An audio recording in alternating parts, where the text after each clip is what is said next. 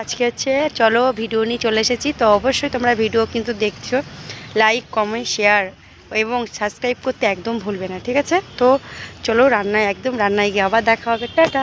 তো আমি চলে এসেছি, দেখো আজকে আমি আবার সবজি কেটে নিয়েছি। আজকে হচ্ছে কুদরুকি ভাজা, আর এই যে একটু আলুতে একটু প্রবলেম ছিল, তো আলু ভাজা করব গোল গোল করে। আর এই যে মাংসের জন্য আলু কেটে নিয়েছি, ঠিক আছে?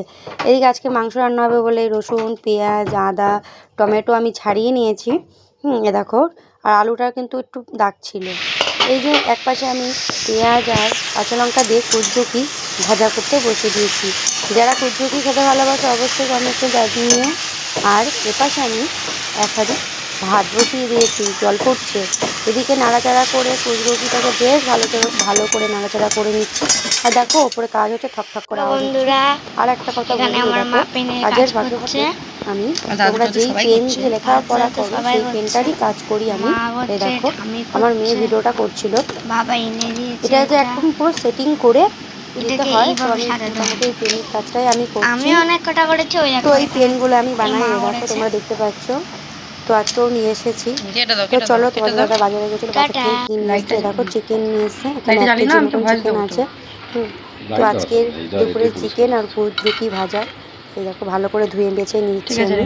হ্যাঁ, এদিকে আবার একটু গোলমরিচ দিয়ে আর জল না তেল দিয়ে ভালো করে হলুদ লবণ দিয়ে একটু ভেজে নিচ্ছি, তাহলে কি এটা আষ্টে যে গন্ধটা থাকে না সেটা চলে যায়। তো এই যে এদিকে আমার কুদরুকি ভাজাও কমপ্লিট হয়ে গেছে, আর এইদিকে আমার মাংসটাও ভাজা হয়ে গেছে।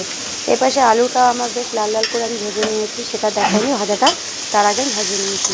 এদিকে তেলে আমি গোটা জিরা হলুদ শুকনো লঙ্কা তেজপাতা দারচিনি লবঙ্গ এলাচ যা যা দেওয়া দিয়েছি, পেঁয়াজ আর টমেটোও দিয়ে দিয়েছি।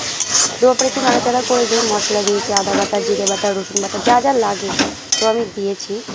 আর এই দেখো বন্ধুরা, আর একটা কথা বলতে তোমাদের ভুলে গেছি, ভুলে গেছিলাম যে জিরের গুঁড়োটা দেবো, সেটাই আমার খেয়াল নেই।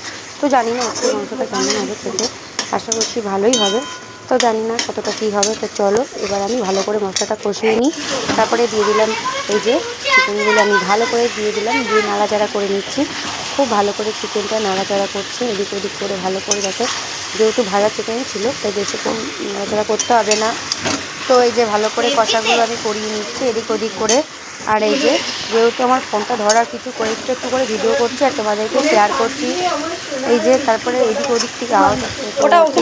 চলো এই দেখো আমার একটু কষা মোটামুটি আলু দিয়ে নিয়েছি, আলু দিয়ে এবার ভালো করে কষাচ্ছি। আলুটা তো ভাজাই ছিল, এবার ভালো করে নাড়াচাড়া করে নিচ্ছি। করতেই তোমাদের সঙ্গে ভয়েস দিচ্ছি। তো আজকের ভিডিওটা এখান থেকেই শুরু করলাম। তো তোমাদের কেমন লাগলো জানিও। আর সত্যি কথা বলতে রোজই আমি 2 থেকে 3 মিনিটের ভিডিও দিচ্ছি। তো ভালো লাগলে লাইক কমেন্ট শেয়ার করতে ভুলো না, সাবস্ক্রাইব করতেও ভুলো না। টাটা বন্ধুরা।